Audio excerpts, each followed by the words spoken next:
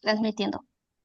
Ok, bueno, pues buenos días desde México, buenas tardes en España. Es un enorme gusto para mí pues moderar esta mesa de análisis titulada Rojava y los kurdos, estado de emergencia y movilización política, la cual es pues bastante relevante frente a la situación política, pero también humanitaria que enfrentan los kurdos en Siria. En esta mesa, organizada por el Grupo de Estudios sobre Pueblos Iranios de la Universidad Autónoma de Madrid, en conjunto con el Grupo de Estudios sobre Eurasia, pues nos presenta el día de hoy a tres panelistas: Yenkidar Shikmar, representante de la Administración Autónoma del Norte y Este de Siria, o Rojava, y también hablarán el día de hoy Cristina de Lucio Atonal de la Universidad Autónoma de Madrid y Yasmina Shauki Asís de la Universidad de Santiago de Compostela. Pues antes de dar la palabra a nuestros panelistas, voy a pues, brevemente introducir un poco a la audiencia acerca del tema que se va a discutir el día de hoy. Pues luego de la caída del régimen basista en Siria, pues habían tenido lugar múltiples rondas de negociaciones entre el gobierno transicional sirio y las autoridades de Rojava acerca de la integración de las fuerzas democráticas sirias dentro del Estado. Las autoridades de Rojava pues habían estado empujando hacia un modelo descentralizado que les permitiera pues no solo preservar elementos de autogobierno, sino que fuera como una vía hacia la instauración de un modelo democrático en Siria. Sin embargo, pues el asalto a los barrios kurdos de Alepo este 6 de enero fue el preludio de una movilización militar masiva en contra de Rojava, la cual pues se acompañó de una campaña mediática y discursiva profundamente antikurda. Desde entonces, pues los kurdos han enfrentado una amenaza existencial e incluso el riesgo de un genocidio en Siria. Y bueno, ese 30 de enero se alcanzó un nuevo acuerdo de integración, el cual pues pareciera mejorar un poco la situación para Rojava, en tanto que permite ciertas concesiones militares y políticas. Sin embargo, pues quedan muchos interrogantes al respecto sobre el futuro de Rojava y también pues sobre la situación en general de los kurdos en Siria, y pues que esta mesa seguramente nos va a ayudar a entender. Pues antes de dar la palabra a los panelistas, pues quisiera presentar al grupo de estudios sobre Eurasia y también pues al grupo de estudios sobre pueblos iranios. Entonces cedo la palabra a pues a los coordinadores de ambos grupos de investigación. Ok, pues bienvenidos a todos. Mi nombre es Mónica Ramos Flores y tengo el gusto de ser la coordinadora del grupo de estudios sobre Eurasia en los siguientes 2 años. Nuestro grupo se enfoca en el análisis, la construcción y la difusión del conocimiento sobre Eurasia y es un grupo interdisciplinario. Tenemos historiadores, tenemos de relaciones internacionales, antropólogos, eh, economistas me parece que no tenemos, pero nuestra idea es ser un grupo interdisciplinario que ponga todo el conocimiento en función de, pues, crear todo, valga la redundancia, conocimiento sobre Eurasia, desde la política, la economía, estudios sociales, estudios culturales. Entonces tenemos diferentes ejes y también por estudios de subregiones. El noreste de Asia, Asia Central, Asia Occidental, o Medio Oriente, ¿no? Siempre los términos tienen una implicación. El sudeste asiático, y pues es un gusto tenerlos con nosotros y también los invitamos a que visiten los diferentes sitios del grupo de estudios sobre Eurasia. Es un gusto colaborar con el grupo de estudios sobre pueblos iranios y que nos hayan invitado a compartir este tema tan relevante y de coyuntura con ustedes. Bienvenidos y gracias. Mm. Bueno, pues ahora si Fernando quiere presentar al otro grupo de investigación sobre pueblos iranios, adelante. Bueno, muchas gracias, Juan Carlos, por la presentación. Es un placer estar aquí en esta primera actividad conjunta, ¿no? entre el grupo de estudios sobre Eurasia y el grupo de estudios sobre pueblos irarios que yo coordino. Muchas gracias también a Mónica Ramos por esta propuesta de colaboración a través de Cristina, de una gran amiga común, ¿no? Cristina de Lucio, que fue un poco quien tuvo la iniciativa de organizar este encuentro, un poco a partir de un seminario que ya tuvimos hace un par de semanas atrás, también relacionado al Kurdistán, pero en este caso más el iraní, donde discutimos un poco también qué proceso y cuál es la experiencia de esa zona desde los años 80 un poco hasta ahora. Entonces, bueno, creo que es un momento necesario, de una necesidad tremenda, ¿no? De poder conocer de cerca y debatir y discutir lo que está ocurriendo en este momento en Rojava. Lamentablemente, los medios de comunicación pues no han ofrecido realmente una información detallada y profunda de lo que está ocurriendo. Un poco la sensación que uno tiene es que los kurdos han sido de alguna manera ya olvidados o puestos en un plano marginal después de toda la enorme contribución que hicieron en la lucha contra el Estado Islámico, un sacrificio enorme que costó miles de vidas, sobre todo a jóvenes, ¿no? Chicas y chicos, ¿no? Del Kurdistán y que ahora parece que fueron vidas prácticamente que han quedado en vano. Entonces, bueno, es una llamada un poco urgente, ¿no? De ver lo que está ocurriendo, aunque en este momento es verdad que ha habido una tregua, ¿no? Un alto el fuego, ver un poco cómo va a ir evolucionando la situación en las próximas semanas y próximos meses. Y en este sentido, puesto que no somos muchas las personas en el mundo hispanohablante que abordamos esta zona, el caso nuestro del grupo de estudios sobre pueblos iranios, GEPI, nos enfocamos un poco más, pues justamente en lo que lleva ya el nombre, ¿no? Las comunidades de origen iranio, sean kurdos, sean tayikos, sean de las distintas etnias de Afganistán, sean iraníes, en fin, en ese sentido, nos enfocamos principalmente en esa zona, aunque evidentemente también tenemos inquietudes sobre otros países cercanos o limítrofes a ellos, por lo cual siempre estamos abiertos también a abordar un poco más allá, ¿no? De este área. Voy a compartir en el chat la página web de nuestro grupo para que, bueno, quienes no la conozcan, pues tengan acceso a ella, puedan ver quiénes somos los integrantes que en realidad proceden de diferentes universidades y diferentes países. Y también, pues quiero recalcar que dentro de las actividades del grupo tenemos un programa de podcast que está en la plataforma Spotify, Amazon Music, iVoox, que realiza y produce nuestro querido compañero Raúl López Hernández, aquí presentes, de manera que, bueno, confío en que aumente el número de oyentes y que de cara al futuro podamos ampliar la lista de entrevistados, sobre todo en el caso que aquí nos concierne, para profundizar un poco más en el Kurdistán y posiblemente después de este evento de hoy pues, podamos ya contar con alguna persona más para ser entrevistada. Entonces, bueno, no quiero robar más tiempo a los protagonistas del encuentro de hoy. Agradecer una vez más al GESE, a Cristina, a los ponentes a Yasmina también, con quien ya hemos colaborado antes, y especialmente pues al representante de la Administración Autónoma de Rojava, que yo creo que es, pues en este caso, la persona estrella que más información tiene en primera mano de lo que está ocurriendo allí y que, bueno, yo me siento emocionado y sumamente contento de poder contar con Yekindar, si no lo he pronunciado mal, ahora me corregirás, y nada, abiertas las puertas en la Universidad Autónoma a posibles colaboraciones, encuentros y charlas que tengan que ver con el Kurdistán en general y con Rojava en particular. Muchísimas gracias a todos los asistentes también.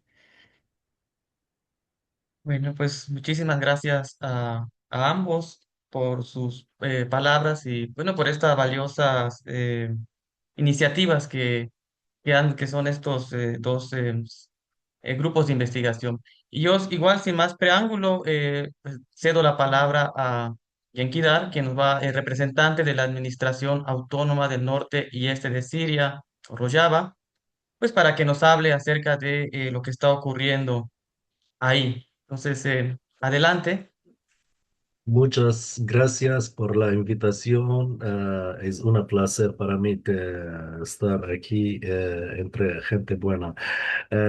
Voy a compartir la pantalla. A ver. Sí, veis mi pantalla, ¿no? Sí, se ve bastante Sí. bien.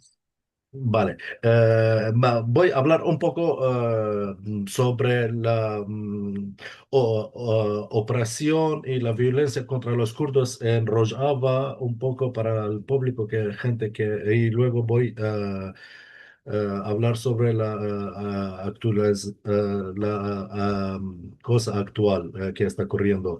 Kurdistán está dividida por cuatro países. El más pequeño es Rojava. Ese es la mapa de Rojava. La opresión contra los kurdos y la violencia contra los kurdos no es algo nuevo. Desde eh, más que 50 años o 70 años está ocurriendo esta opresión. El año 1972 quitaron la nacionalidad de muchos kurdos que no tuvieron el derecho de estudiar ni de trabajar ni ningún derecho básico. Y luego el gobierno del Baas, el partido del Baas, hicieron la política del cinturón árabe. Es una política del cambio demográfico que quitaron pueblos kurdos de sus casas y ponieron los árabes en lugar de ellos. Luego la regulación de Kamishlo, que mataron más que 36 personas, y muchas personas ponieron muchas personas en presión. Luego, en 2011, la guerra civil de Siria empezó y 2012 la revolución de Rojava. En la revolución de Rojava, los kurdos organizaron dos grupos militares, el YPG y YPG, que es unidades de protección de gente y unidades de protección de mujeres. Para defender y hacer el sistema de autodefensa de la pueblo kurdo. Eh, Luego, estas unidades y otras unidades se hacen una coalición que luego le llamaron Fuerzas Democráticas Sirias. Desde 2013 la guerra en Rojava no se paró. En 2013 el grupo Hayat Tahrir al-Sham, que era Jabhat al-Nusra, que ahora están en el gobierno de Siria, controlando Siria, empezó a atacar ciudad de Sarikaniye y Gresipie y obligan muchos kurdos que desplazar de sus sitios. Luego era la guerra más famosa en la historia de Rojava, la guerra en 2014, la guerra contra ISIS en Kobani. En resultado, obligaron todos los civiles que desplazar y destruyeron casi 85% de la ciudad y mataron muchos kurdos. Y luego los kurdos hicieron la administración autónoma democrática de norte-este de Siria. Esta administración tiene muchos príncipes. Organizaron esa administración según muchos príncipes. El primero, la democracia y la ecología y el feminismo y la igualdad. Para organizar el Rojava más, hicieron es la administración autónoma, pero esa la administración autónoma del norte de este de Siria No solo eran kurdos, también eran árabes, charcas, armenios y otras étnicas que también participaron a esta administración. Luego, Turquía, bueno, esta la administración tuve muchos desafíos y muchos challenges uno de estos desafíos que eran los ataques de Estado de Turquía y operaciones que Turquía hizo. En 2018, Turquía atacó la ciudad de Afrin y también muchos civiles desplazaron y mataron muchos civiles también. Luego, en 2019, la operación contra las ciudades de Sarikaniye y Girespie. Ah, Esos ataques contra el pueblo kurdo, específicamente el sistema el proyecto de la administración autónoma, no se paró hasta la caída del Bashar al-Assad, del régimen del Bashar al-Assad. En 2024, la comunidad internacional tomó decisión que van a apoyar el Hayat Tahrir al-Sham, liderado por Abu Muhammad al-Julani, o se llama Ahmad al-Shara, para atacar al régimen del Assad, para tomar el control a Siria. Cuando Hayat Tahrir al-Sham empezó a atacar el régimen del Assad, otros grupos se llaman Ejército Nacional Relacionado y liderado por Turquía concentraron sus ataques al pueblo kurdo. Empiezan por atacar las ciudades kurdas de Tarrafat y Shahba. Esas ciudades que la gente que vivía en esas ciudades ya básicamente estaban desplazados de Afrin en 2018. Entonces, concentraron ataques a esos pueblos kurdos, como la administración autónoma, tuvimos la responsabilidad de mantener la vida de la gente y entonces abrimos un corredor seguro desde ciudades de Shahba y Tarrafat a ciudades que estaban abajo de nuestro control en ciudades Tabqa y Raqqa y desde luego a Kobani y Kamishlo y Hasaka y otras ciudades. Luego, no paran esos ataques al pueblo kurdo hasta que llegamos al marzo de 2025, que llegamos a un acuerdo entre la administración autónoma o específicamente entre Casa de Fuerzas Democráticas Sirias y el gobierno temporal de Siria. El acuerdo de marzo, siempre la administración autónoma y Casada siempre llaman a todo el mundo que queremos seguir en este acuerdo, queremos cumplir este acuerdo, pero el gobierno temporal nunca se cumple sus palabras y siempre rompe sus acuerdos.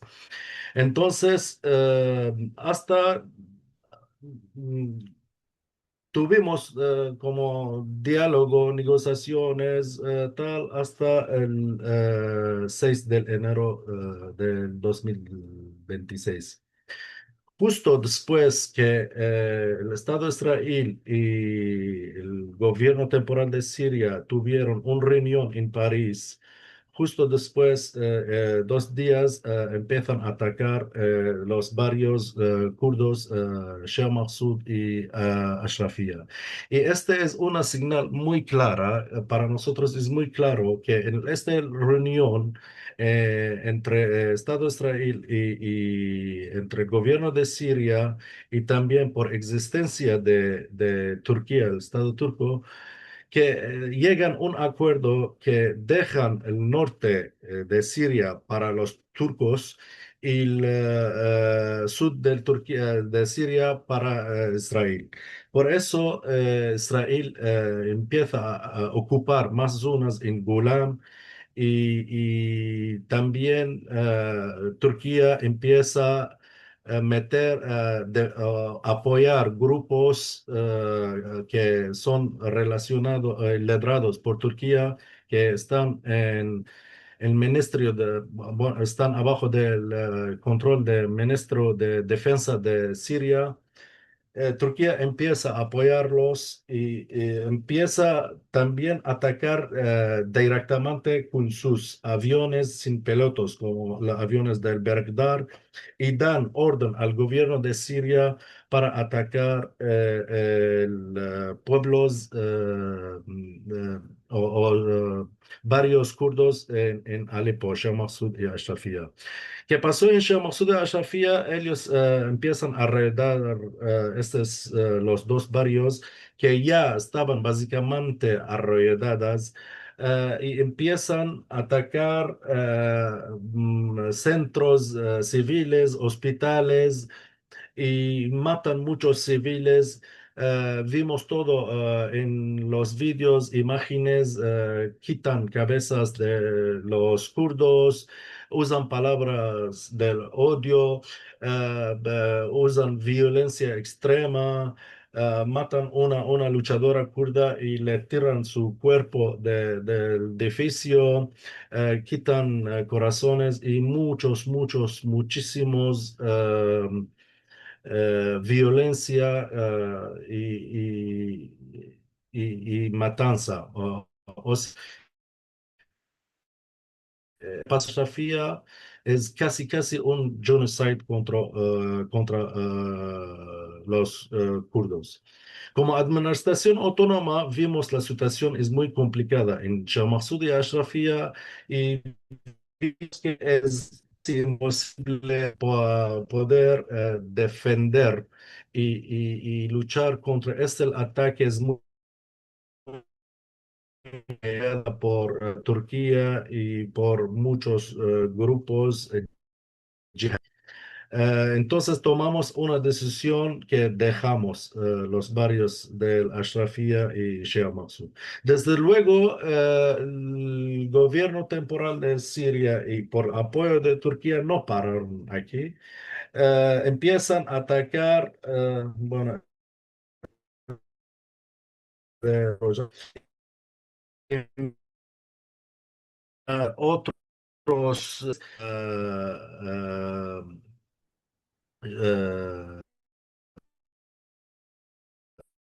como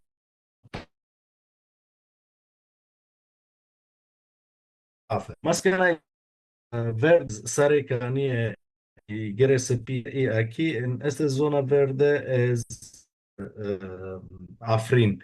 Aquí en Aleppo tuvimos dos barrios, Shah Maksud y Ashrafia. Luego empiezan a atacar aquí. Mira. Aquí, Der Hafer y Mascana, después de la ciudad del barrio de Shah Maksud. Luego, no, aquí también el Qasada o la administración, vamos de vamos a salir de todo este zonas. Tuvimos casi 27 o 26% de todo territorio de Siria abajo de nuestro control. Luego decidimos que vamos a salir de toda zona en este color para ver cómo y otras ciudades. Pero Turquía da orden otra vez al gobierno para siguen atacar porque no querían que esta guerra para. Hasta llegaron, casi es el mapa, los kurdos a Ciudad del Hasaka. Esta es la provincia del Hasaka que tiene Ciudad del Hasaka, Qamishlo, Amba y Kobani. Luego empieza el ataque en estas ciudades, Tiltamar, Jabal Abdelaziz. Este ataque, digamos, aquí, en este ataque, mataron muchos civiles, cortaron pelo de una luchadora kurda, salió por redes sociales, rompieron tumbas de mártires kurdos, ISIS volvió otra vez. ISIS, a este momento, ISIS volvió otra vez. ¿Por qué?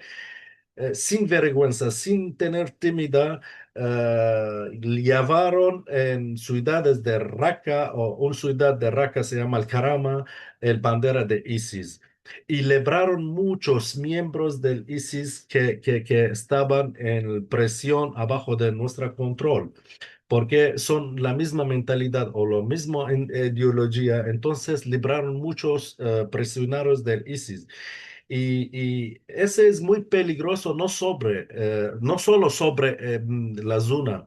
El peligro de estos miembros es sobre todo el mundo, porque muchos de ellos son europeos, por ejemplo, y quizás van a volver a sus países, quizás van a empezar otra vez a atacar, seguro van a reorganizar ISIS, y van a atacar otra vez al todo el mundo. Eh, entonces, hasta que llega el ataques aquí, vimos que es muy difícil resistir. Sí, tenemos confianza en nuestros luchadores, en Yapaye específicamente, podemos resistir, pero para mantener la vida de muchos civiles y para parar el sufrimiento de muchos civiles, tomamos decisión que llegamos a un acuerdo el 30 de enero. En este acuerdo tenemos muchos como artículos. El más importante es la integración del Qasade al Ministerio de Defensa de Siria. Eh, eh, Vamos a integrar como bloques, no como individuales. Vamos a hacer tres brigadas en la provincia de Hasaka, que significa uno en Ciudad del Hasaka, uno del Qamishlo y uno aquí. Luego, una brigada específica para el Kobani, para defender al pueblo allá en Kobani. Y la otro artículo también es importante, el policía interior como llamamos en kurdo, Asayish, va a ser los kurdos. En ciudades kurdas, los kurdos van a defender a sus ciudades. También los fronteras o puertas de fronteras van a ser entre o abajo de nuestro control y un representante del gobierno de Siria. No, no voy a explicar más sobre este acuerdo porque casi nunca confiamos a este gobierno, el gobierno del Julani o de Ahmad Shara. Siempre que rompe y no cumple sus palabras y rompe sus acuerdos.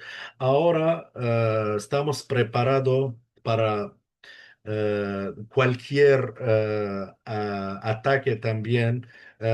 Nuestros luchadores están preparados para cualquier ataque. Esperamos que no van a volver a atacar y firman este acuerdo. Bueno, ya está firmada, pero que cumplen este acuerdo.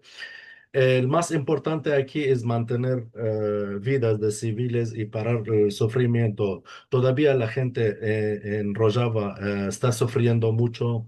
Hay palabras de odio, hay muchísima violencia. La gente que desplazó, gente kurda que estaban viviendo en Raqqa, Tapka, Deir ez-Zor, otras ciudades que desplazaron a Kobani o a Hasake.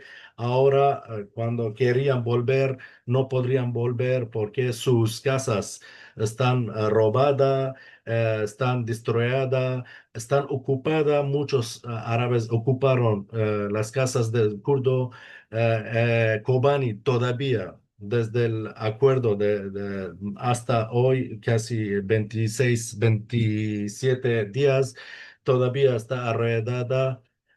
No hay internet, no hay agua, no hay, hay electricidad. Mucha gente que desplazó a Kobani todavía están viviendo y durmiendo en la calle. Entonces la situación humanitaria es muy mala. En conclusión, que quiero decir es el ataque y esta decisión. Bueno, estábamos antes de 2011 viviendo abajo de un régimen dictatorismo, chauvinismo. Ahora convertimos, o sea, o estamos viviendo en abajo de un régimen radicalismo yihadistas. Como nuestra ideología, los kurdos, somos más libres, feministas, tal, no podemos aceptar esta mentalidad de esta gente. Eh, sí, es muy importante para nosotros las vidas de civiles que están viviendo abajo de nuestro control o en Rojava ahora mismo. Pero también cuando vimos no podemos llegar a un acuerdo bien que mantiene los derechos del kurdos, vamos a resistir. No tenemos otra manera. Eh, la gente todavía está sufriendo. El sufrimiento de los kurdos, específicamente en Rojava, no es algo nuevo desde muchos años y todavía estamos siguiendo sufriendo y es muy probable que vamos a sufrir más y más. Ahora estamos trabajando no como militar o como la vía en vías diplomáticas para mantener y asegurar el derechos de los kurdos. Y también estamos intentando que parar el sufrimiento del pueblo kurdo que todavía está sufriendo hasta hoy, hasta el momento que estoy hablando. La gente está sufriendo. Hay muchos kurdos que murieron o ellos le mataron en ciudades de Rabqa, Tapqa y de Rezor. Todavía no tenemos sus cuerpos. Estamos también en negocio para tener sus cuerpos. No quiero hablar más para no tomar tiempo. Si alguien tiene alguna pregunta o tal, estoy aquí. Muchas gracias. Muchas gracias, Genkidar, por esta bastante ilustrativa presentación acerca de la situación actual de Rojava. Antes de dar la palabra a nuestras otras panelistas, quisiera rápidamente leer una pregunta que está aquí en el chat y que no quiero dejar pasar porque tiene que ver con lo que estabas mencionando hace apenas unos minutos, que es, mostraste un mapa y el penúltimo mapa que mostraste, preguntan el color morado, ¿qué significa exactamente en relación con los territorios de Rojava? ¿Qué significa el color morado? Surgió la duda aquí.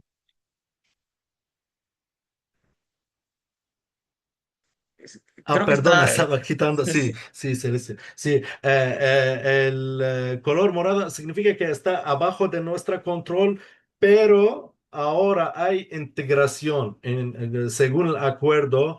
Entonces entraron unos representantes del gobierno temporal de Siria a esta zona. Ok. Ok, bueno, muchas gracias. Bueno, siguiendo con el orden de la mesa, pues le cedo ahora la palabra a Cristina de Lucio Atonal, quien nos va, bueno, quien rápidamente lee un poco su semblanza. Ella es politóloga y doctora en estudios de Asia y África por la Universidad Autónoma de Madrid y también maestra en estudios de Asia y África con especialidad en Oriente Medio por el Colegio de México. Cristina pues sigue con especial atención las dinámicas kurdas en Siria y también la Organización Autónoma de las Mujeres. Y bueno, recuerdo que pueden poner las preguntas en el chat o más adelante al terminar nuestros panelistas pues utilizar el micrófono también, ¿no? Adelante, Cristina. Gracias, Juan Carlos. Saludos a todos, Fernando, Mónica, Yenkidar, muchísimas gracias por acompañarnos este día y por todo el análisis que nos has compartido. También saludos a Yasmina. Y bueno, yo quiero contribuir un poco al análisis desde un enfoque quizá que tiene que ver justo con el proceso de reconfiguración política que enfrenta Siria y cómo podríamos, digamos, tomar en cuenta las gobernanzas alternativas y múltiples que se han generado durante los años de guerra, ¿no? Como bien Yenkidar nos explicó, durante más de 10 años la administración autónoma pues ha generado sus propios mecanismos de repartición de poder y de toma de decisiones que no tendrían por qué ser un problema en un proceso justamente de reconfiguración política nacional, tomando en cuenta que lo que se requiere para generar una Siria que emerja de la guerra en un estado diferente es justamente el diálogo, ¿no? Entonces, para eso yo pensaba un poco en qué se ha dicho, qué se ha analizado en torno a a este espectro posterior a la guerra, ¿no? En términos de gobernanzas alternativas y de la capacidad de que éstas puedan ser tomadas en cuenta. Entonces, voy a compartir un material que tengo por aquí. A ver, un segundo. Ay, eh, a ver, dejar de compartir.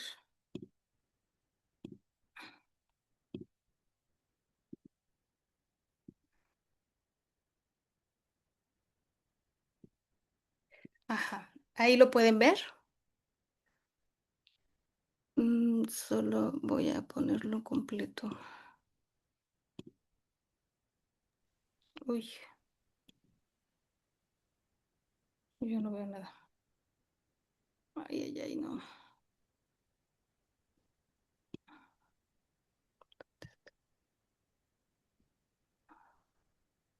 Creo que se ve en pequeño, ¿no? No tienes que darle a reproducir. Sí, solo que aquí no me deja porque está... O en visualización también. Sí, ahí está. A ver, ahí lo ven. Ay, sí. Así, Perfecto. ahí ya se ve. Sí, gracias. Ajá, entonces justo en en esta reflexión, ¿no? Pensaba en estas gobernanzas múltiples, tomando en cuenta que durante los últimos 10 años, pues la administración autónoma básicamente ha ejercido funciones de gobernanza en contexto de guerra, ¿no? Y cómo estos mecanismos de toma de decisiones que ha construido y estas instituciones han cuestionado al Estado como el tradicional ente regulador, ¿no? De la población y el territorio.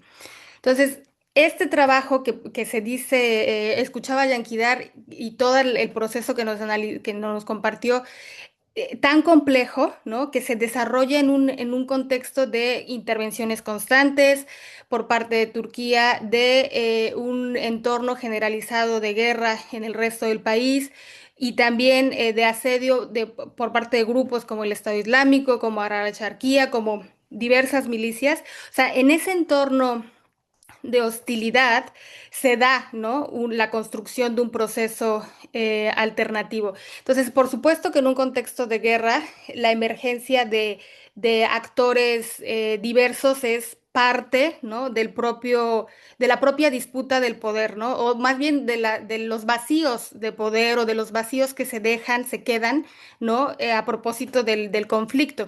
Entonces, pero en este caso, lo interesante es que justamente en ese espacio se construyó, ¿no?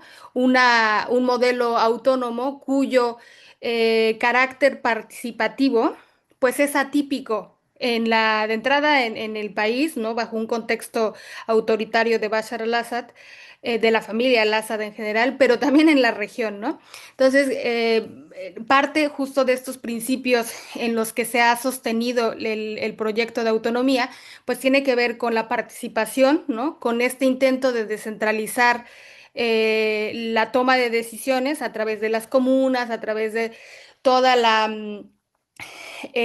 digamos, la red de consejos, ¿no? Que podemos también entender como una democracia consejista, ¿no? Es como este ejercicio de toma de decisiones, tomando en cuenta, pues, lo que la gente considera más importante para su propia comunidad. Y en este contexto, digamos, ahora, ya que enfrentamos una nueva realidad en el país, este tipo de gobernanzas no tendrían que ser un problema, sino justamente una oportunidad, ¿no? Para poder construir colectivamente desde esas experiencias locales. Entonces aquí viene un concepto que a mí me gustaría como traer al debate, ¿no? Porque es interesante, pero dada la realidad en Siria es muy complejo conforme ya hemos visto los acontecimientos, ¿no? Está la idea es de una gobernanza híbrida, ¿no? Que ya se ha puesto en práctica en contextos de conflicto, como es el caso de Ruanda, y básicamente es un mecanismo, ¿no? De reparto de poder que ofrece alternativas a la centralización estatal, ¿no? Y que trata justamente que estas estructuras locales o esas gobernanzas formales o informales, pues sean parte, ¿no? De esa nueva configuración, ¿no? Entonces, no solamente se toma en cuenta lo que se dice desde el centro, sino que estas estructuras de gobernanza informales, como sería el caso de la administración autónoma, porque no tiene reconocimiento ni internamente ni a nivel regional, ¿no? Entonces es de facto, pero no ha sido reconocida. Y digamos que este mecanismo de reparto, ¿no? De poder o esta hibridez, este modelo de gobernanza híbrida lo que intentaría es que se integren las experiencias locales sin necesidad de una absoluta subordinación, ¿no? Y digo que ya se ha puesto en práctica justo en el caso de implementar un modelo de justicia comunitaria para juzgar los casos relacionados con el genocidio en el 94 a través de tribunales populares y tradiciones locales en Ruanda, ¿no? Entonces fue un experimento en donde justamente se integraron estas experiencias em, y se pudo llegar a un acuerdo, ¿no? Un paso bueno, que yo veía como positivo en términos de esta hibridez, ¿no? A nivel de gobernanzas, ¿no? Tomando en cuenta que en algún momento los acuerdos de marzo dieron esa idea, ¿no? De que era posible justamente que la administración autónoma se integrara respetando, ¿no? O tomando en consideración los logros que ya se habían alcanzado, en términos, por ejemplo, de participación de las mujeres en el espacio político, en términos de la existencia de estructuras como los consejos, ¿no? En varios niveles. Y principalmente en el ámbito militar, que es donde siempre ha ido más la atención, ¿no? Justo porque el Estado, concebido como digamos, digamos, de forma centralizada, pues tiene al ejército como su principal brazo de poder, ¿no? Por eso el énfasis en que estas fuerzas estén controladas, ¿no? El acuerdo del 10 de marzo que se firmó en el año pasado, pues un poco era ese inicio, ¿no? De lo que rápidamente pues aquí está el acuerdo traducido. Vemos algunas cosas que se quedan ahí como un poco ambiguas, pero justamente porque se esperaba su integración, ¿no? Ahora, una cuestión interesante fue el acuerdo de abril del 2025, el del 1 de abril, que es el acuerdo de Alepo. Y aquí algunos analistas coinciden en que podría ser tomado o entendido como este proceso, ¿no? De la posibilidad de coordinarse, ¿no? En este caso, las fuerzas, las Asayish, ¿no? Las fuerzas policiales locales con las fuerzas de seguridad interna. ¿Por qué? Porque en este acuerdo se firmó justamente la posibilidad de trabajar conjuntamente y establecer una cooperación, ¿no? Que respetara, trabajar conjuntamente para gestionar la seguridad, ¿no? Recordemos que aquí en Alepo pues están los dos barrios de Sheikh Massoun y Ashrafía, y esa posibilidad de gestionar, eh, digamos, la seguridad con presencia de las Asaí, pero también de las fuerzas de seguridad interna, pues daba una idea de que era posible la cooperación, ¿no? Y que una cooperación que respetara justamente pues lo que ya existía, ¿no? En este caso, las Asayish y su estructura local. Entonces, este fue el primer paso concreto hacia esa integración institucional. Em, Sin embargo, todo lo que ha pasado a partir de enero del 26, pues vino a dar justo el giro de timón a estos intentos, ¿no? De cooperación, que como bien mencionaba Yenkidar, pues es resultado también de una falta de respeto a los propios acuerdos, ¿no? Y aquí, dentro de esta idea, ¿no? De crear, de que las gobernanzas locales o alternativas entren o tengan un espacio eh, en la reconfiguración política de Siria, pues se ve, digamos, condicionada por la voluntad política. En este caso de Ahmed al-Shara, quien además pues ha centralizado, por ejemplo, en en la Constitución del año pasado, pues ha continuado, diría con mayor precisión, ha continuado esa centralización en el Ejecutivo, ¿no? O sea, se ha concentrado mucho el poder, bueno, se le ha dado continuidad, ¿no? A que el presidente tenga grandes, em, gran influencia, ¿no? Que pueda decidir un tercio de la Asamblea Popular, que tenga, pues, básicamente excesivo control. Entonces, a partir de la avanzada de enero, pues hemos visto cómo varias zonas, pues, han sido, digamos, eh, recuperadas en términos de control territorial, ¿no? Y este último acuerdo del que ya nos hablaba Yequidar, pues justo toca los puntos claves en términos, ¿no? De por un lado el cese al fuego, porque ya había una situación muy riesgosa para toda la población, y pues toca justo estos temas que siguen en proceso, ¿no? O sea, que están es difícil analizar algo que está ocurriendo ahora y que puede mañana completamente cambiar, ¿no? Pero destacaría, además de todo lo que ya se ha comentado, ¿no? Del control de los pasos fronterizos o de que van a entrar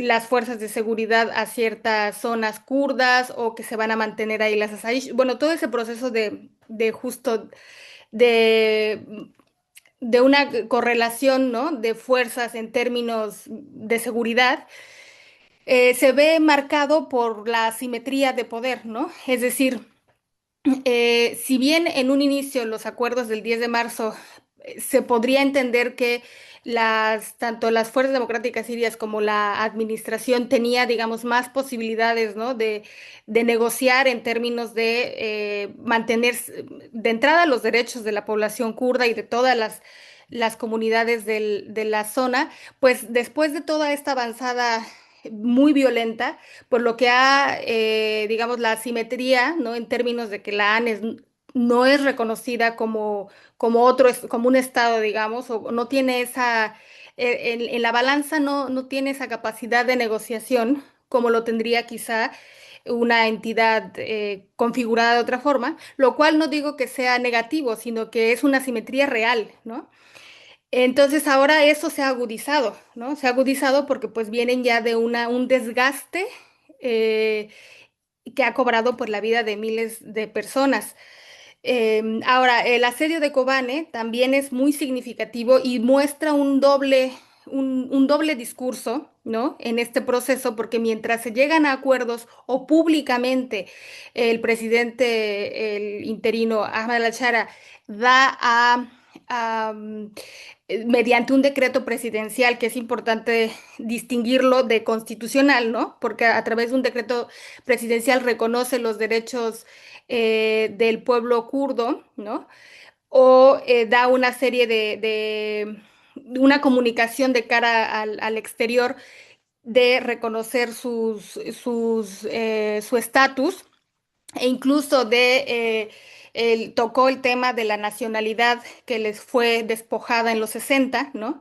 Entonces, decreta a nivel presidencial una serie de cuestiones que no, y no las hace constitucionales, que eso es una gran diferencia, porque en esta centralización del poder en su persona, así como los da, así los puede quitar, ¿no? Entonces, claro, mientras pasa eso a nivel, por un lado, el asedio de esta ciudad que ha sido muy importante, no solo en la memoria colectiva de los kurdos, sino en la defensa del propio proyecto de autonomía, porque fue el epicentro de la lucha contra el Estado Islámico y en donde la participación de las mujeres es muy amplia y que se ha convertido en un símbolo, ¿no? En esta lucha kurda. Pues se mantiene asediado, ¿no? Y aquí en este mapa vemos el asedio que viene por parte del el avance de las fuerzas de seguridad del ejército sirio, pero también lo que vemos en el este y el oeste son justamente resultado donde están asentados grupos pro Turquía y muy hostiles al pueblo kurdo, o sea, ha habido muchísimas agresiones por parte de estos grupos. Entonces está, digamos, la posición en la que ahora se encuentra Kobane es resultado de todas esas violencias que ha habido en la zona, ¿no? Es decir, Tel Abyad y Manbij no se han tomado de repente, sino que han sido de manera paulatina pues ocupadas, ¿no? Entonces queda, además que al norte, pues queda la militarizada frontera con Turquía. Entonces quizá este asedio de Kobane muestra el doble discurso, ¿no? Por un lado, que es difícil en esas condiciones avanzar hacia una cooperación, ¿no? Porque hay una falta de voluntad para mantener justamente los acuerdos y lo que creo que también está en juego para ir concluyendo son dos cuestiones que a mí especialmente me parecen preocupantes. Una porque son el corazón también de la administración que tiene que ver con justo la participación de las mujeres, ¿no? Esto es a través, por ejemplo, el sistema de copresidencia, que es un mecanismo que se ha implementado en diferentes niveles de la administración autónoma, desde el más pequeñito, la comuna, hasta el distrito, el barrio, hasta, por supuesto, todos los cantones o las regiones, ¿no? Y esto con el objetivo de fortalecer, por supuesto, la participación de las mujeres, pero además tener canales, o sea, tener de manera ya establecida espacios para participar, ¿no? O sea, no es una cuestión solo de representar o de que haya mujeres numéricamente, sino de que haya una serie de instrumentos que permitan su presencia, ¿no? Entonces creo que en ese sentido la copresidencia pues garantizaba ese derecho. Otra cosa es que digamos, por múltiples razones, que también ha sido el reto de que realmente estén las mujeres por cuestiones que tienen que ver también con responsabilidades añadidas, pero me refiero a que hay el mecanismo de participación. Esto contrasta eh, justamente con la escasa participación en el nuevo gobierno, ¿no? Que de momento la excepción pues es únicamente de la ministra de Asuntos Sociales, que está ahí, pero digamos de forma que solamente hay una persona y eso no ni es representativo de las mujeres en Siria, ni mucho menos está dejando, digamos, un espacio eh, especial o dedicado exclusivamente para que puedan ejercer su participación, ¿no? Y esto, no solo, la copresidencia no solo ha sido un tema digamos, establecer ese mecanismo y que ha avanzado solo. No, ha requerido muchísimo trabajo por parte de las mujeres para poderlo ejercer, enfrentando justamente retos que tienen que ver con las desigualdades, las actitudes sexistas y que existen en todas las sociedades, pero que por supuesto en ciertos contextos eso es mucho más marcado, ¿no? Entonces no es algo que se haya dado de manera muy, digamos, sin problemas, sino que se ha trabajado y se ha impulsado por las mujeres. Entonces, aquí esto es un punto clave porque es una contribución que se podría hacer perfectamente a la reconfiguración de Siria sin ningún problema, pero que dada la agenda o dada la mentalidad de este nuevo gobierno, pues es algo que parece impensable, ¿no? Entonces, creo que ahí está, volviendo un poco al diálogo inicial de la gobernanza híbrida, las posibilidades que podría hacer si se reconocen las fortalezas de estas experiencias locales, ¿no? Y finalmente, por supuesto, pues la autonomía local, que en este caso lo que había mencionado de pues, el sistema de consejos, de cómo existen en diferentes áreas y de cómo se han articulado justamente para fortalecer la toma de decisiones locales y repartir, ¿no? El ejercicio del poder. Eso contrasta completamente, pues, con la marcada concentración en el Ejecutivo, ¿no? Que está a nivel constitucional y que también a nivel de la Asamblea Popular, pues, que puede ser elegida una tercera parte por el presidente y el resto se ha elegido en las últimas elecciones de manera indirecta, ¿no? Y que va a estar, pues quizá por los siguientes 5 años, bueno, la Constitución por los siguientes 5 años, pero la Asamblea Popular está configurada así, o sea, no hay digamos, en algo tan importante como es ese espacio de deliberación, ¿no? Pues no están representadas las comunidades. Y otro elemento que también es lamentable, pues es que en la propia Constitución no se diga explícitamente las diferentes poblaciones que habitan Siria, es decir, kurdos, armenios, asirios, no se mencionan, ¿no?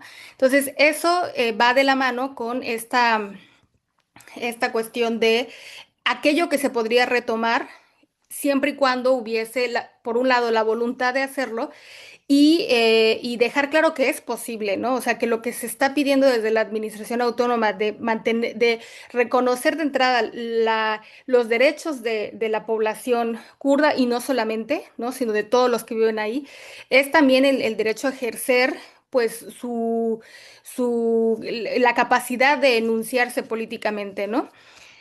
Y con esto cierro diciendo que justo lo que ahora, citando a este investigador que me parece muy interesante su análisis, que eh, comenta que no solo el autogobierno kurdo está en juego en sí mismo, ¿no? Sino la capacidad, ¿no? de que el pluralismo exista en un país o en un determinado espacio político, ¿no?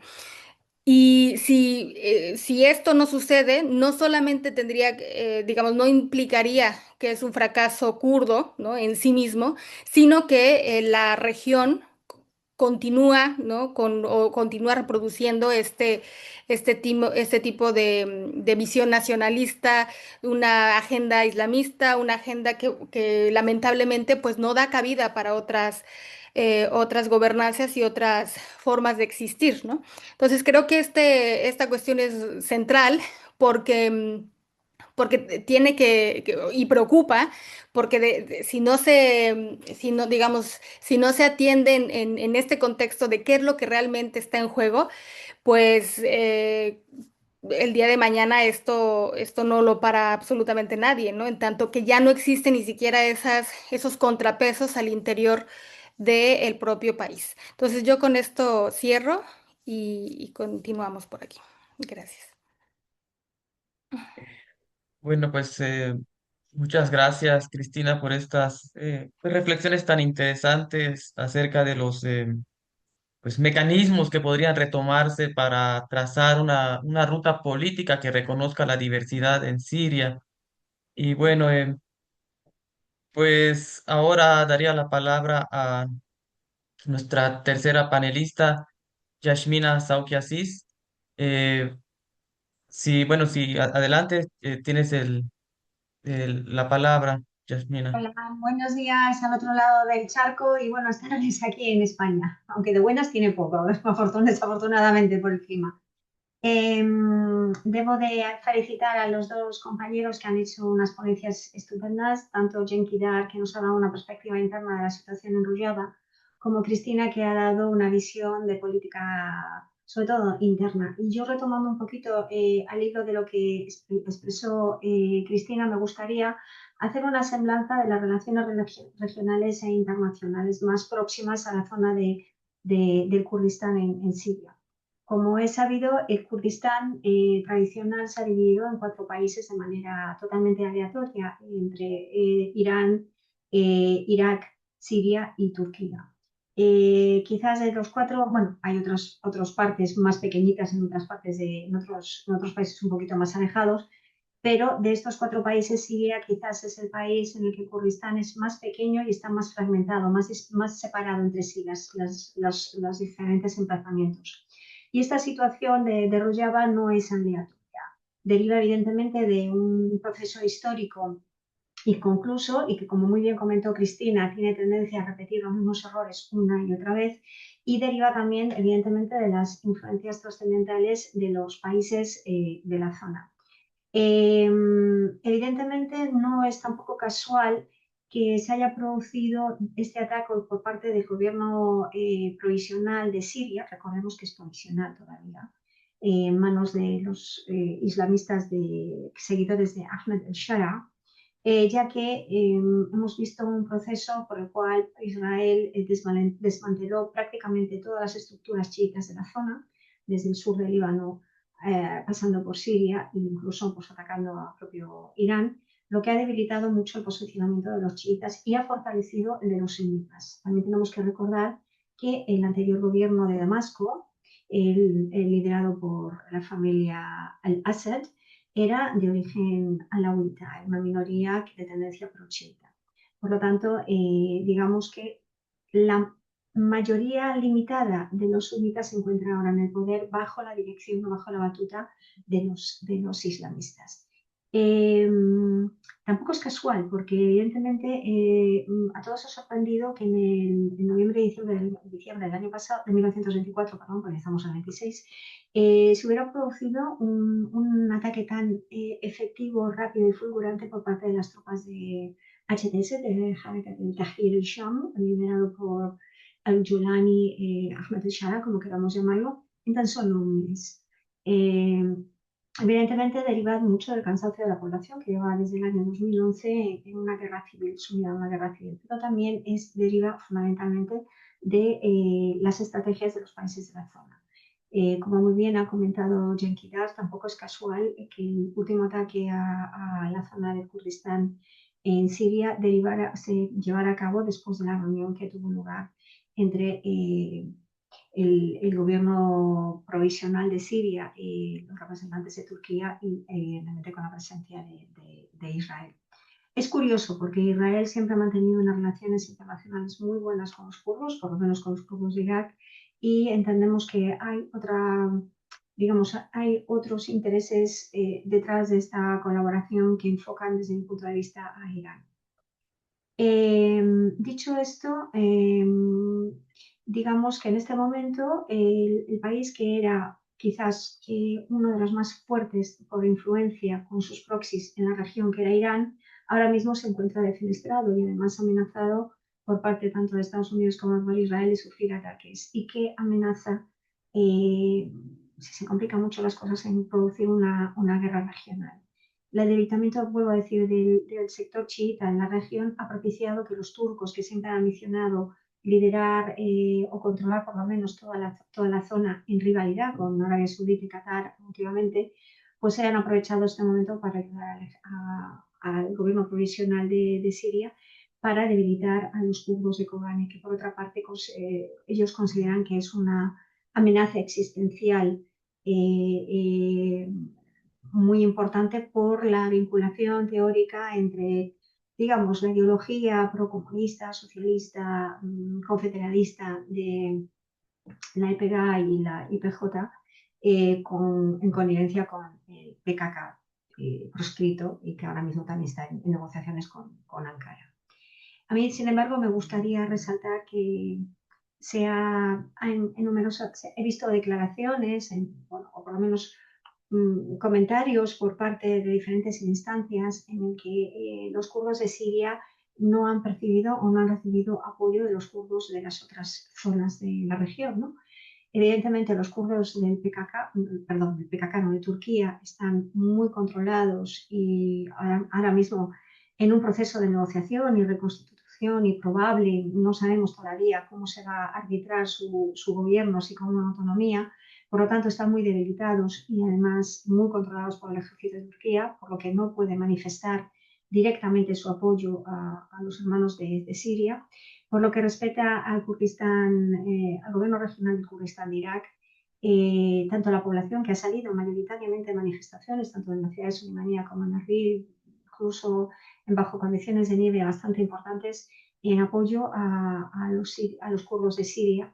Y sabemos que el gobierno regional del Kurdistán aprovechó la reunión que tuvo lugar en Davos para hacer una ronda de visitas a los diferentes gobiernos e instarles a que apoyaran a los turcos, a los kurdos de Siria, perdón, pero evidentemente sin mucho éxito, porque Turquía es un aliado fundamental tanto de Europa como de la OTAN y por lo tanto no van a actuar en perjuicio de un aliado estratégico, al que no quieren, pero al que necesitan.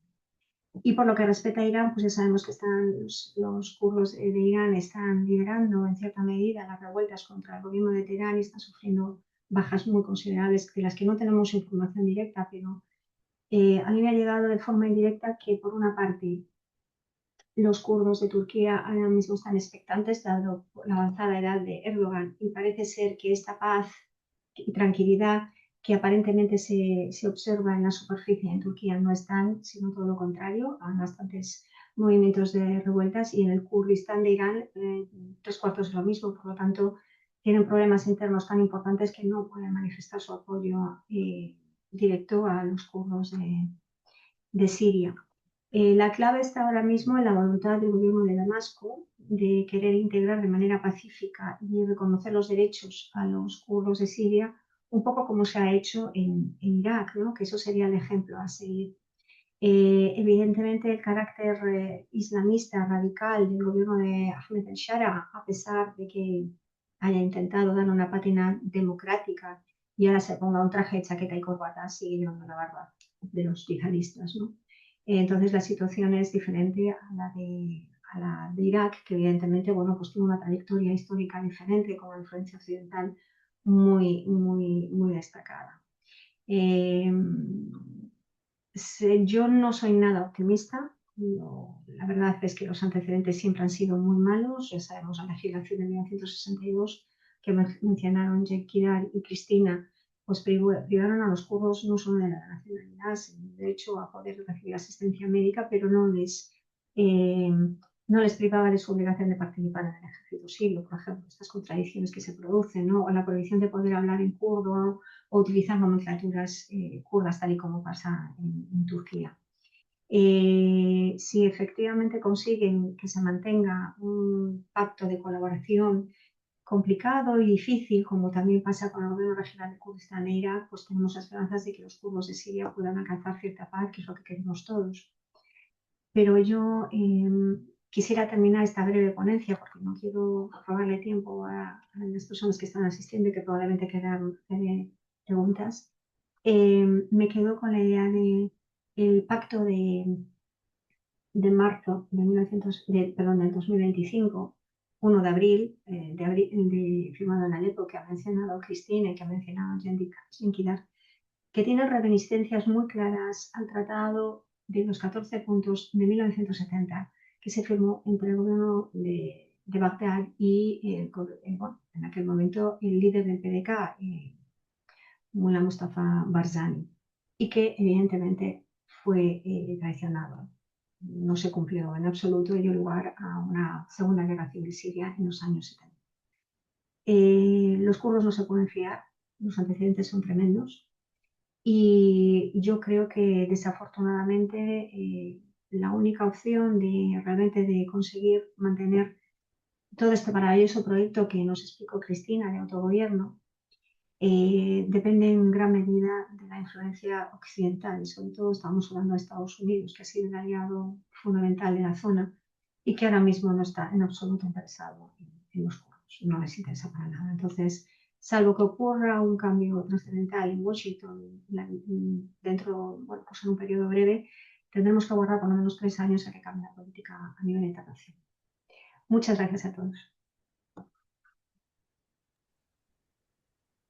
Pues muchas gracias, Yasmina, por estas reflexiones, estos también muy interesantes paralelismos históricos que mencionas. Pues con esto concluimos la participación de nuestros panelistas. Ahora abro pues el micrófono a quien quiera hacer alguna intervención, algún comentario, alguna reflexión, alguna pregunta. Pues tenemos tiempo todavía. En Sí, tanto alguien se anime, ¿sí? si es posible, quiero responder una pregunta que está en el chat. O, bueno, dice que los kurdos siempre han sido traicionados por comunidad internacional. Sí, desafortunadamente la comunidad internacional nos engaña a los kurdos que defendieron a todo el mundo. En Kobani contra el ISIS y pagaron una factura muy grande, pagaron miles de mártires, sangres y mucho sufrimiento. Ahora la comunidad internacional dejaron al kurdo solo.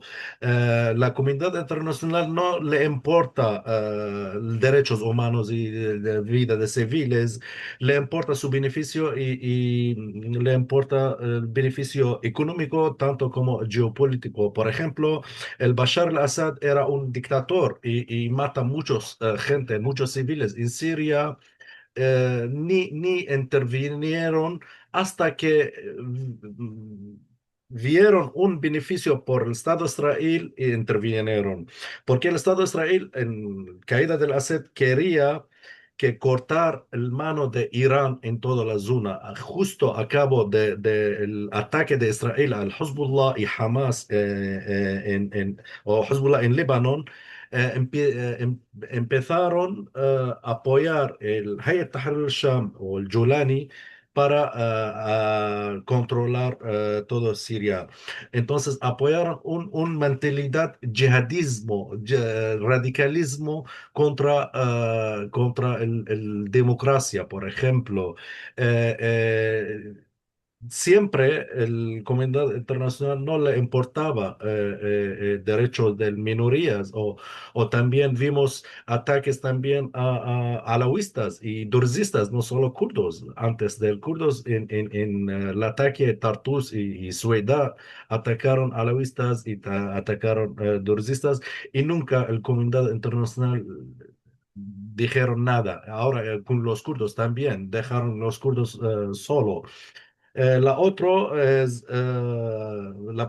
pregunta es, ¿los kurdos participaron en las protestas de Irán? Sí, en varias ciudades como Mahabad, Kermanshah, otras varias ciudades participaron protestas de Irán y fueron muy activos, pero desafortunadamente el régimen de Irán matan muchos civiles y como hay un muy gran impacto sobre de gobierno iraní, sobre el social media y tal, y redes sociales. Entonces, no, el mundo no vio mucho claramente qué está pasando. Y el gran miedo de Irán es de un algo, un problema interior, no como siempre dice, gran enemigo es Israel. Su gran problema o miedo es un problema interior porque cualquier problema interior entre Irán va a dividir Irán a cuatro países: Kurdistán, Baluchistán, Fursistán, Arabistán, quizás. Solo quería comentar eso. Gracias. Sí, muchas gracias, Yankidar. No sé si alguien más tenga alguna duda. Creo que, bueno, Fernando tiene la mano levantada. Adelante. Gracias, Juan Carlos. Bueno, tengo una pregunta que puede ser para cualquiera de los tres ponentes o quizás Yenkidar puede dar un poco más de información actualizada.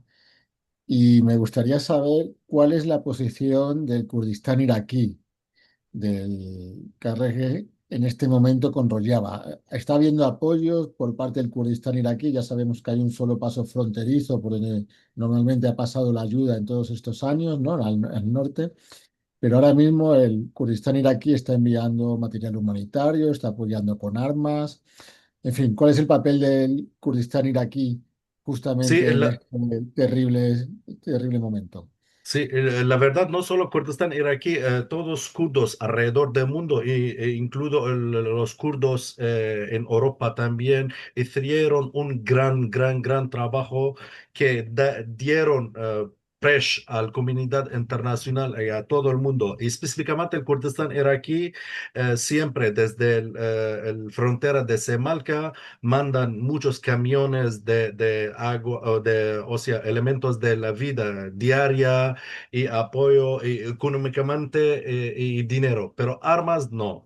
Armas, bueno, es muy complicado mandar armas desde Kurdistán iraquí a Rojava por el control de Turquía. Turquía siempre está controlado, entonces arma no, pero de otras formas el papel de Kurdistán iraquí era muy grande y jugó un papel muy importante para ayudar y apoyar los kurdos en Rojava y casi semanal o casi mensual el Mazlum Abdi o Ilham Ahmad estaba quedado con Mas'ud Barazani o Masrur Barazani siempre y el último acuerdo estaban en Hauler, en Arbil, con Tom Barrack, el representante de Estados Unidos, para firmar. Entonces jugaron un papel muy grande para apoyar los kurdos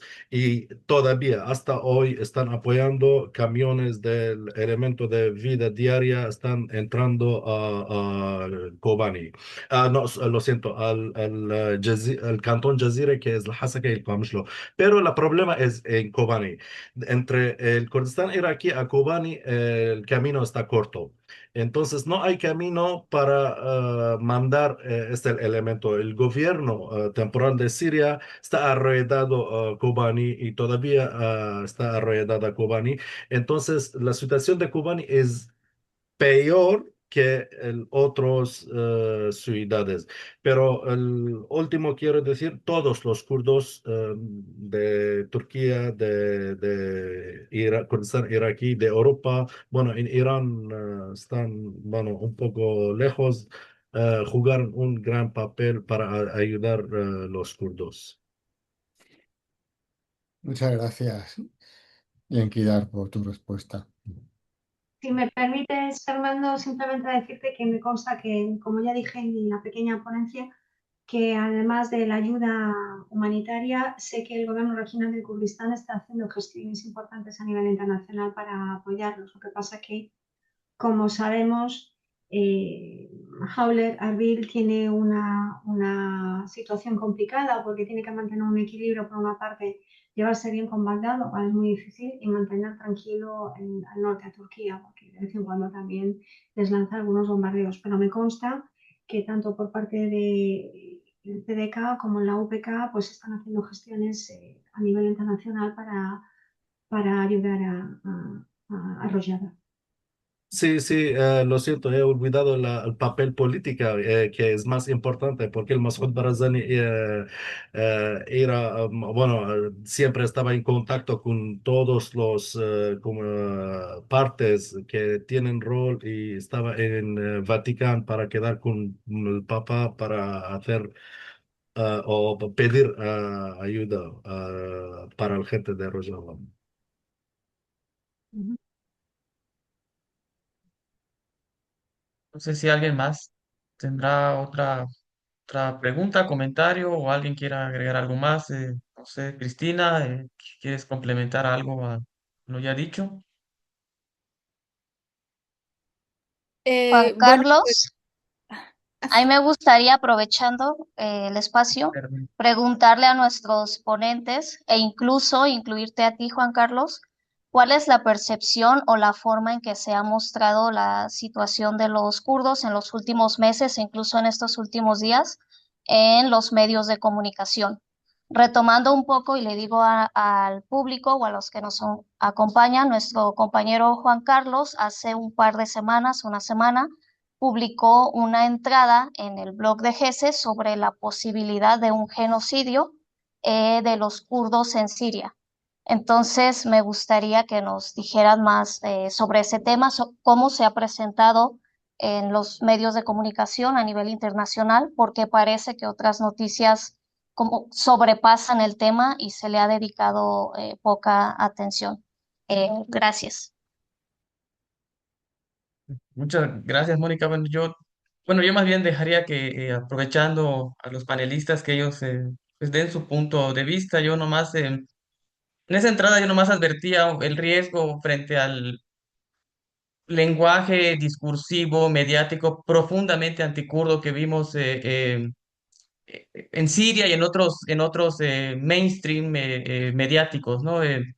Esta famosa, unos... en el contexto de esta movilización masiva contra Rojava, pues salió incluso una declaración del Ministerio de Asuntos Religiosos hablando de conquista de los territorios kurdos, mencionando a Anfal, que en la historia de los kurdos tiene una impronta histórica muy, muy profunda por el genocidio que significó en Irak en el 88 la campaña del Estado contra los kurdos, y el uso de Anfal pues fue algo muy pues prende las alarmas, ¿no? Frente a esta deshumanización de los kurdos y pues allá en el camino para quizá un genocidio o algo que estamos viendo ahora, ¿no? Pero yo dejaría que más bien los panelistas pues den sus puntos de vista, ¿no?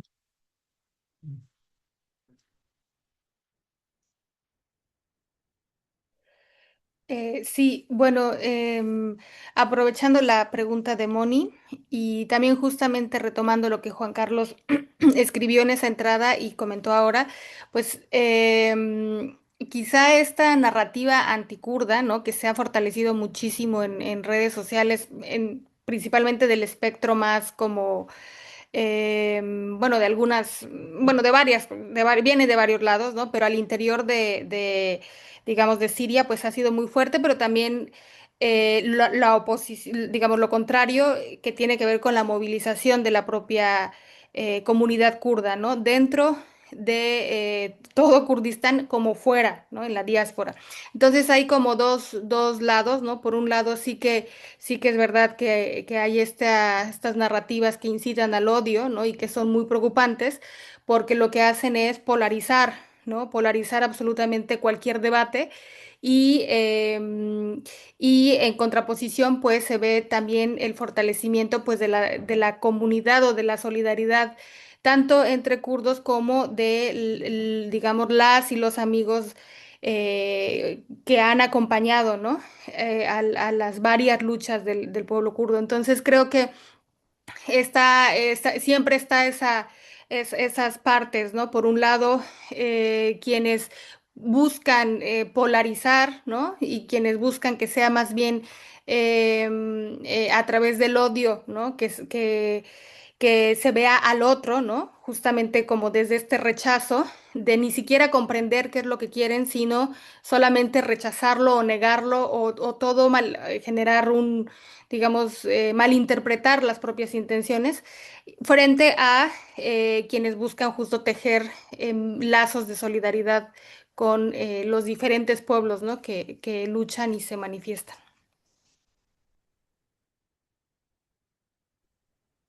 Si hay tiempo, me permiten responder otra pregunta en el chat box que dice, ¿por qué el líder kurdo piden dejar las armas?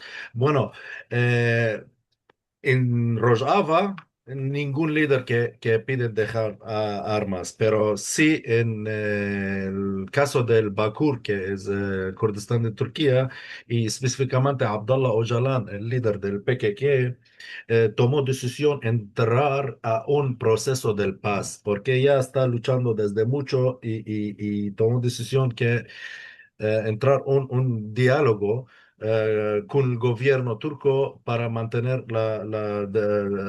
los derechos de los kurdos en Turquía. Pero ese implica solo en Turquía, solo en Kurdistán, Turquía o en Bakur, como digamos. En Siria no. En Siria nunca ningún líder pide dejar las armas y en mi opinión personal, dejar armas en esta situación es como suicidir. No podemos dejar armas ahora en esta situación muy complicada. Todo el mundo está contra nosotros. Hay olas yihadismas contra los kurdos, específicamente temas de derechos humanos o libertad.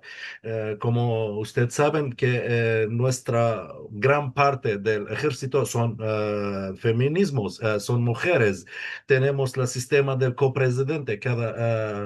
Cada administración tiene un hombre y un mujer. Y es la mentalidad del gobierno temporal de Siria, que es ideológicamente que son muy machismas o machistas, que son radicales, no aceptan estas cosas.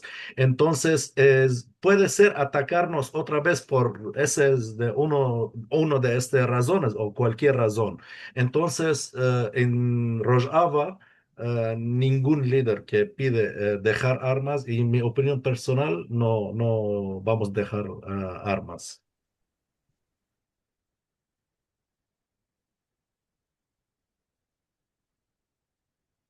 Si alguien más tenga otro comentario, una pregunta a nuestros panelistas. Eh, Creo que en el chat ya no veo otra pregunta. No sé si alguien quiera comentar algo más. Tenemos un Juan poco de tiempo. Carlos, solo una cuestión más técnica. Esta sesión queda grabada y para el público la pueden consultar en el canal de Grupo de Estudios sobre Eurasia. Bueno, A mí, si creo que... me permitís comentar Adelante, Yasmina, perdón. muy brevemente al hilo de lo que expusiste tú, Juan Carlos, sobre el tema de cómo se está registrando en los medios de comunicación la cuestión de los kurdos y lo que comentó Cristina. Yo que habitualmente escribo en prensa todas las semanas, varias veces, tengo una columna en prensa, he percibido que hay un total silencio sobre esta cuestión, pero no creo que sea un silencio a propósito en la mayor parte de los medios de comunicación, sino que es un poco puesto porque la actualidad mediática es tan intensa en los últimos meses o años, que es que el tema kurdo pues casi pasa de puntillas. Pasa lo mismo con casos sangrantes como por ejemplo el de Sudán o de Yemen, o incluso Afganistán o los conflictos que hay en el sudeste asiático, ¿no?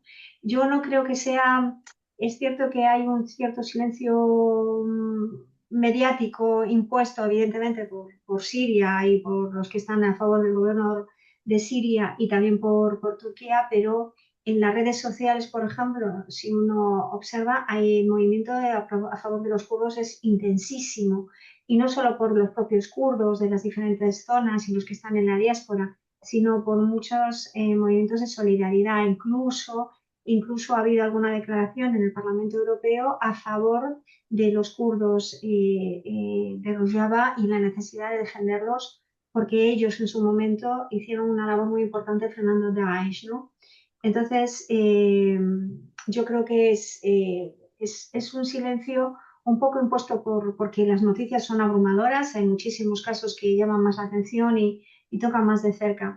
Pero es cierto que siempre que ha habido yo personalmente, cada vez que he publicado algo sobre los kurdos, lo han publicado sin ningún tipo de problema ni censura.